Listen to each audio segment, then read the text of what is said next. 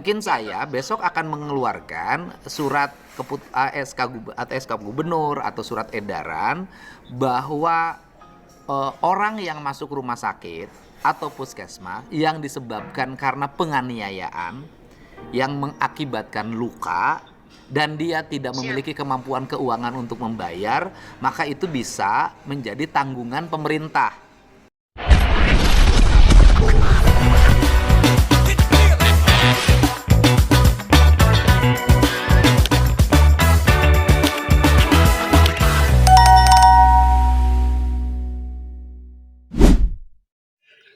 Assalamualaikum warga, apa kabarnya di hari ini? Mudah-mudahan pada baik-baik ya, amin. Warga, berjumpa kembali nih sama kita Mpok Mochika ya pada hari Kamis tanggal 15 Januari tahun 2026.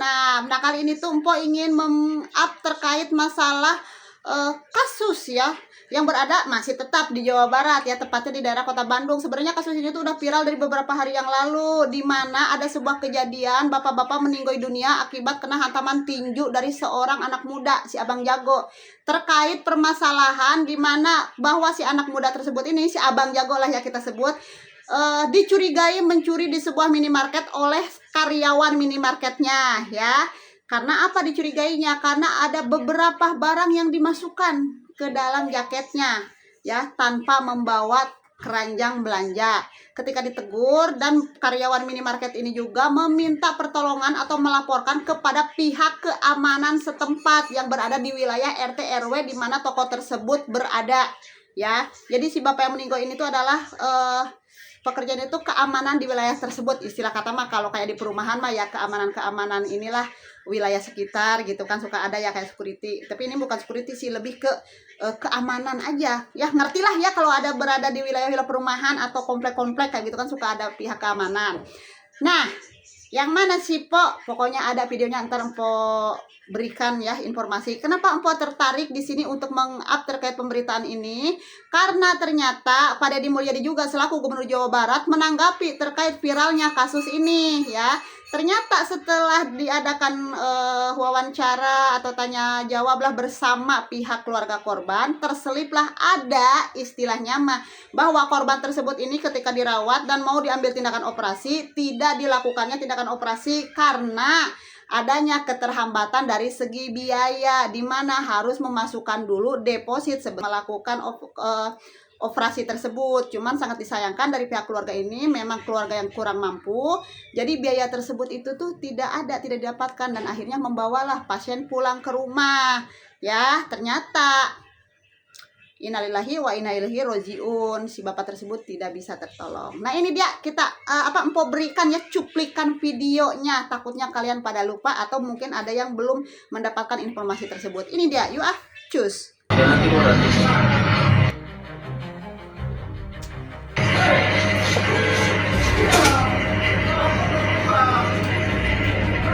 Saya ada laporan ya. Jadi Bapak diam dulu. Saya mau ngomong, hormati saya. iya boleh. Ini posisi saya lagi minum di sana. Wajar lah, makanya.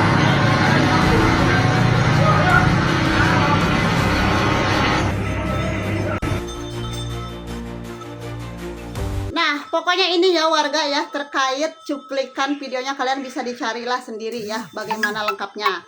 Nah, kita lanjut aja ya ke di mana Pak Deddy Mulyadi itu memberikan sebuah santunan bantuan kepada keluarga korban ya, uang sebesar 25 juta ya untuk membiayai acara tahlilan seperti itu kan. Dan di sini juga ternyata keluarga mengungkapkan kronologi ketika dirawat di salah satu RSUD di Kota Bandung. Ini dia, yuk cus. Yang biaya rumah sakit siapa?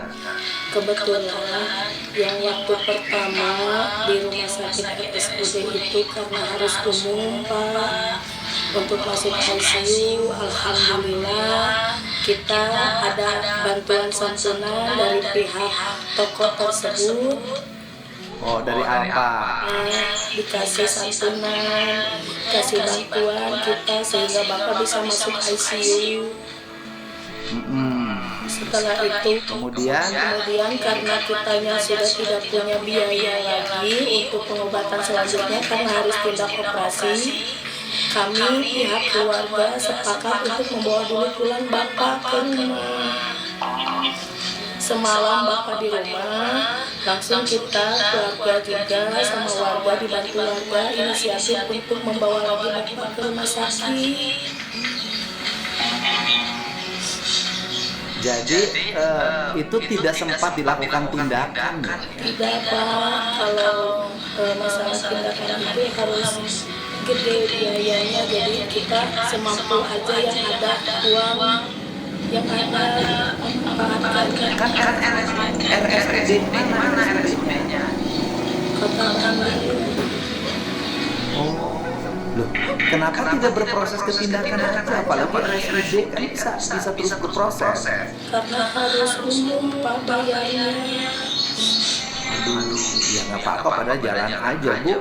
Kan kalau jalan aja rumah sakit, kan biasanya nanti yang penting kan dilayani dulu. Kemudian nanti kalau mentok-mentok kan biasanya Pemprov suka bantu asal mau datang atau menyampaikan.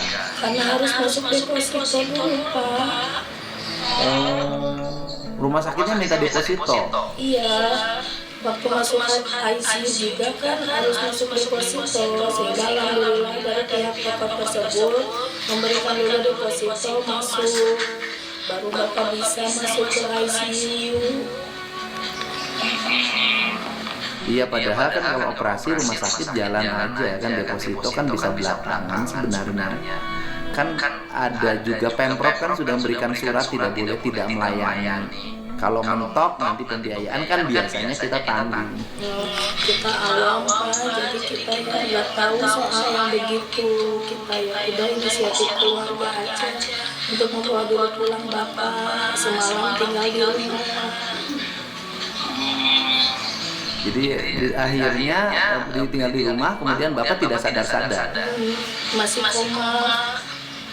Oh, jadi dibawa ke rumah itu dalam keadaan koma ya? Dalam keadaan koma, Di rumah pun koma. ya di rumah pun koma, cuman emang masih bisa gerak Pak kalau tangan, tapi Bapak tidak bisa buka mata sama mulut, nangis bisa, masih respon seperti itu dari awal kejadian. Saraf-sarafnya berarti rusak karena dipukulin itu ya? Nah, itu warga ya.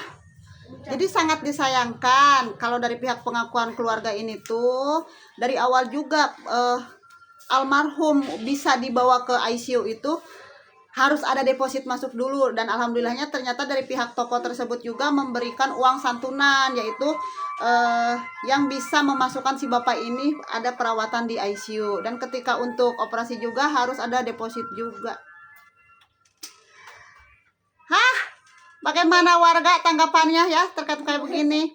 Benar sih apa yang dikatakan sama si tetehnya ini tuh, kita masyarakat awam tidak mengerti terkait masalah edaran yang sudah diberikan oleh pihak Pemprov atau gubernur kepada para rumah sakit, apalagi rumah sakit umum daerah begitu kan, terkait di mana jangan sampai tidak melayani pasien gitu kan.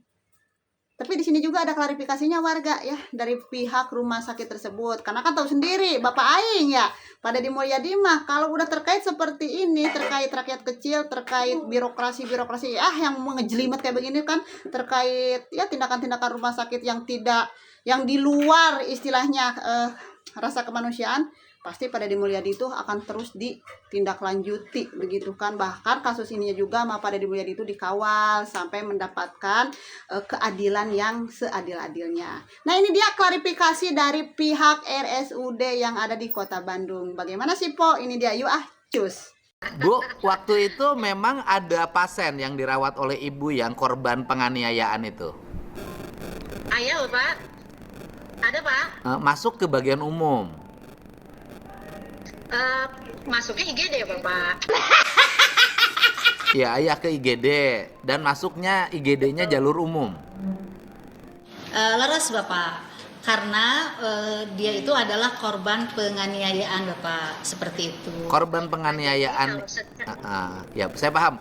Korban penganiayaan, korban pembunuhan itu dari sisi aspek material kesehatan tidak dijamin oleh BPJS. Terus Bapak. Saya kan sering nanganin jadi hafal yang begitu Bu.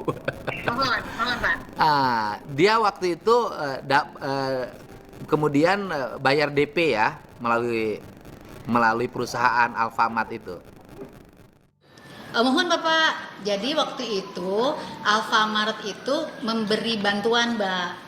Untuk, dalam bentuk karena DP. ucapan terima kasih katanya Pak karena sudah membantu pada saat kejadian tersebut. Boleh kalau Yang tersebut diberikan pada kami. kalau saya tanya DP-nya berapa waktu itu Alfamart ngasih? Bukan DP Pak, bukan DP Pak. Jadi istilahnya adalah pasien diberikan informasi sama kita. Ada pasien masuk dan biayanya adalah memberikan waktu itu 10 ya Bu ya? Estimasi. Jadi kalau estimasi biayanya kami tidak tahu Pak seperti berapa gitu. Cuman waktu itu dapat bantuan dari Alfamart diberikan pada kami seperti itu Pak. 10 juta. 10 juta. Beres, Pak. Kami dengan arahan dari DPJP, dokter spesialis bedah saraf, waktu itu menginformasikan pada keluarga pasien harus dilakukan tindakan. Seperti itu Bapak. Dan keluarga pasien menyatakan bahwa ingin dibawa pulang saja, tidak mau dilakukan tindakan. Padahal Pak, izin sekali Pak, kalau kita berbicara bahwa kita sudah memberikan edukasi, sudah memberikan masukan dan sebagainya, lakukan tindakan, dipikir dulu, jangan mau ya pulang-pulang aja seperti itu. Nah, si keluarga pasien menyatakan ingin pulang Pak waktu itu. Jadi mungkin kalau kita bicara adalah kami bukan kurang ya, mungkin gagal menginformasikan, meyakinkan gitu Pak. Nah begini, kan kalau keterangan dari anak korban bahwa mereka pulang itu disebabkan karena kalau mengikuti operasi tidak punya uang, belum bayar DP. Bener nggak begitu? Itu Bapak. Jadi sebetulnya kalau boleh jujur Pak, kita mengatakan semua Bapak, kondisi ini tuh tidak yang ini saja Pak di kami. Banyak sekali kondisi-kondisi yang ada sudah datang pada kami seperti itu. Sebetulnya kami punya mekanisme lain Bapak. Pada saat si pasien misalnya tidak bisa membayar, berarti adalah penundaan pembayaran. Dan itu memang diedukasi ke pasien bahwa hayu kita lakukan tindakan, karena dari dokter spesialis bedah sarafnya harus dilakukan tindakan segera. Kekeh Pak, bilangnya itu keluarga pasien menyatakan tetap akan kami bawa pulang karena kami tidak mau mempunyai hutang Pak. Seperti itu Pak. Nah itu yang saya maksud, gini loh, ditarik pulang. Kan saya juga ngomong begitu ke keluarga pasien, kenapa tidak terus dioperasi? Kan kalau terus berhutang biasanya juga kalau informasinya nyampe ke pemerintah provinsi juga kan kita suka ikut menangani, ikut membayarkan. Baik secara kelembagaan provinsi maupun secara personal, apalagi kan kita punya iuran tuh sumbangan dari para pegawai yang tiap bulan. Nah, makanya saya penegasan sekali lagi ini bener yang mana? Apakah memang karena mereka tidak punya uang untuk dioperasi sehingga rumah sakit tidak mau mengoperasi sehingga mereka membawa pulang? Nih, no. Yang bener yang mana nih Bu? Insya Allah Pak. Yang benernya adalah Nah, kasus ini sebetulnya sudah banyak Pak. Nah, sebetulnya kegiatan ini bisa kita tanggulangi, yang penting asal pasien mengizinkan Pak. Seperti itu akan dilakukan tindakan. Dan itu sudah diedukasi, baik itu oleh dokter bedah sarafnya sendiri, oleh tim kami, baik itu dari pelayanan ataupun dari pihak keuangan dan sebagainya. Hayu dilakukan tindakan. Sampai mau pulang juga, si pasien itu kami bilang dipikir-pikir dulu deh gitu Pak. Tapi kekeh pasiennya bilang kami tidak mau berhutang. oh jadi bukan mereka pulang karena merasa tidak punya uang, tidak ada DP untuk operasi sehingga rumah sakitnya tidak mau mengoperasi karena tidak ada DP, bukan itu? Bukan Pak. Bener nih Bu, jangan bohong. Insya Allah Bapak, abi ali ngabohong nggak Bapak. Nah, kan ini teh bagi saya mah ya sebagai gubernur merasa kok saya sebagai gubernur sih nggak bisa ngelindungin warga saya. Nah itu warga ya, terkait masalah siapa yang bohong, siapa yang benar gitu kan, antara keluarga korban atau mungkin pihak rumah sakit. Silahkan kalian berkomentar aja gitu kan, kalian ada di tim mana gitu kan. Kalau Empo sih ya jujur, Empo 70% percaya kepada pihak keluarga korban, 30%-nya ya kepada pihak rumah sakit. Mungkin di sebagiannya juga ada juga terkait kebenarannya, di mana pihak rumah sakit sudah memberikan informasi, sudah menjelaskan gitu kan. Tapi ya biasanya warga nih ya, fakta di lapangannya mah tidak semanis yang disebutkan oleh pihak rumah sakit tersebut. Kalau yang Empo rasakan gitu kan, sama kagak sih? Sama kagak dengan apa yang Empo rasakan gitu ya. Fakta di lapangan itu biasanya mah tidak semanis yang disebutkan seperti barusan yang dikatakan kepada Pak Deddy Mulyadi ya. Dengan berbagai macam birokrasi yang jelimet ribetnya, nauzubillahi min dzalik begitu kan ya kan. Gimana dah, pokoknya Empo serahkan kepada kalian, silahkan ya. Kalau menurut Empo, kalau dari dari Empo gitu, menurut Empo fakta di lapangan tidak semanis yang disebutkan tersebut. Nah warga, nih ada kabar gembira juga, ada kabar baik juga, karena kejadian ini tuh akhirnya Pak Deddy Mulyadi mau mengeluarkan berupa edaran lagi ya. Pasti nanti ada yang teriak lagi edaran kayak Said Iqbal kan, apa-apa si paling surat edaran paling kebijakan kayak begitu kan. Nggak apa-apa, tapi kalau menurut Empo nih ya, edaran yang saat ini tuh memang sangat bagus sekali. Kalau Empo mah setuju. Di mana akan diadakannya apa? Ini dia, yuk cus. Iya, akhirnya saya kan akan ngambil keputusan begini karena dulu saya pernah menangani pasien yang dibegal sehingga matanya itu sampai pecah, gitu kan? Akhirnya tidak bisa berobat karena rumah sakit tidak bisa melayani BPJS karena penganiayaan atau pembegalan.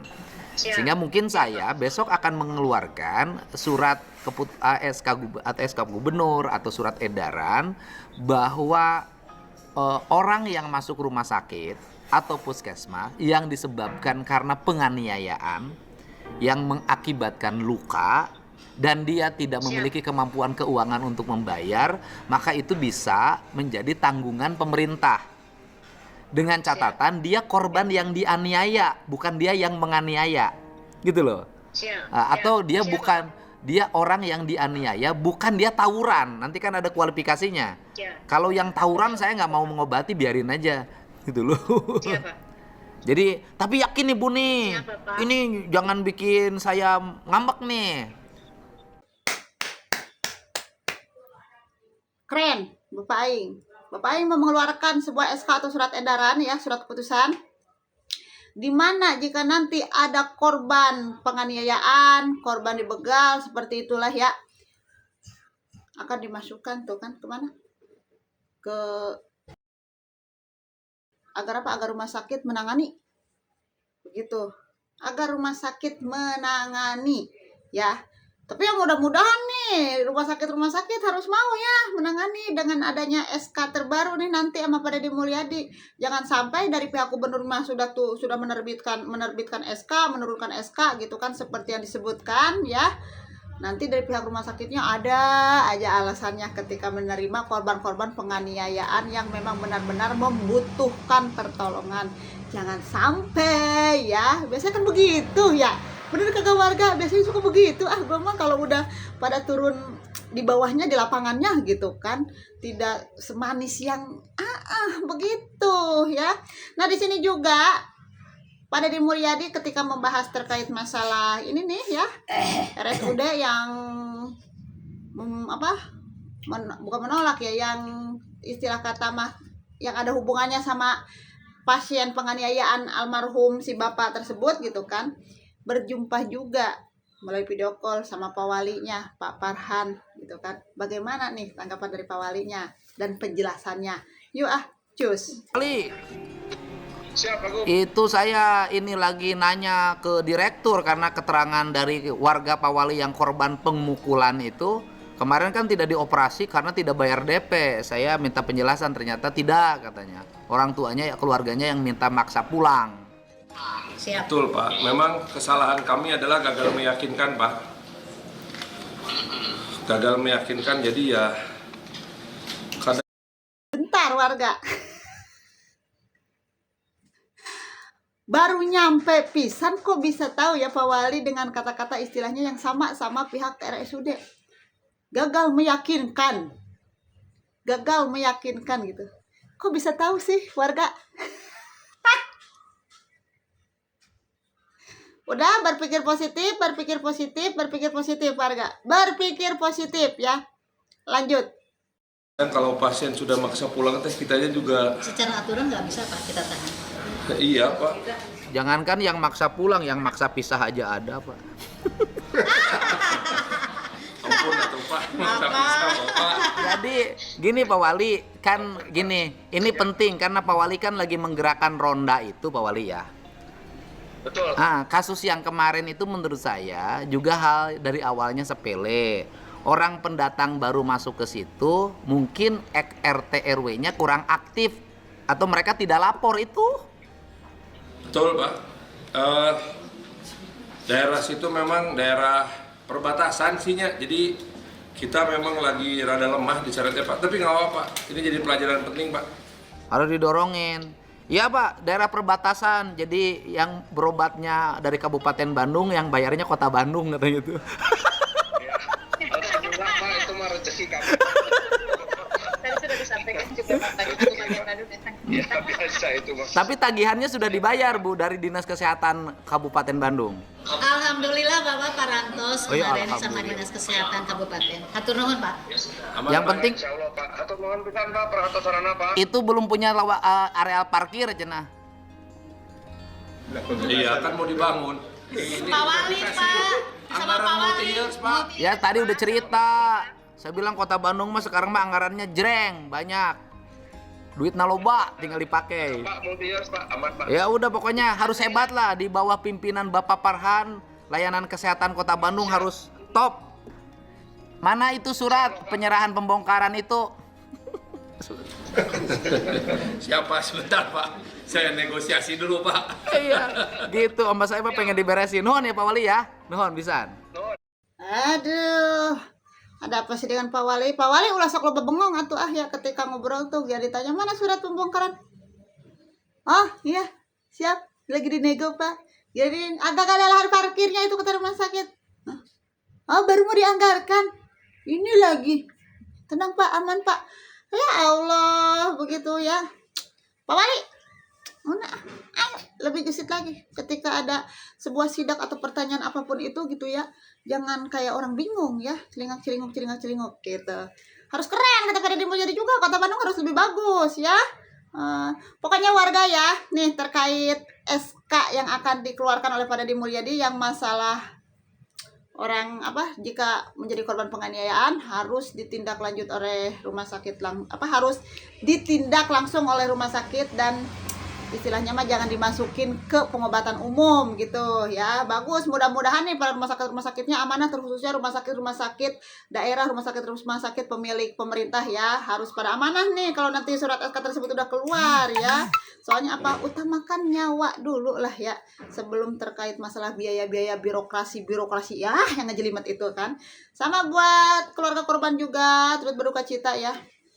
Mudah-mudahan amal ibadahnya almarhum itu menjadi penerang nanti buat di kuburnya dan juga buat Pak Wali Bapak ya. Udah jadikan Kota Bandung yang keren, mantap ya ketika ada pertanyaan apapun itu daripada Deddy Mulyadi. Jangan kayak orang bengong, jangan kayak orang yang bingung gitu kan, celingak. Kayaknya butuh minum air mineral ini mah ya si Pak Wali, air putih, air murni begitu kan, biar seger gitu ya. Terima kasih warga ya buat kalian yang sudah mampir ke channel YouTube Empo. Mohon maaf apabila ada kesalahan kata. Terima kasih banyak ya. Wassalamualaikum warahmatullahi wabarakatuh. Bye.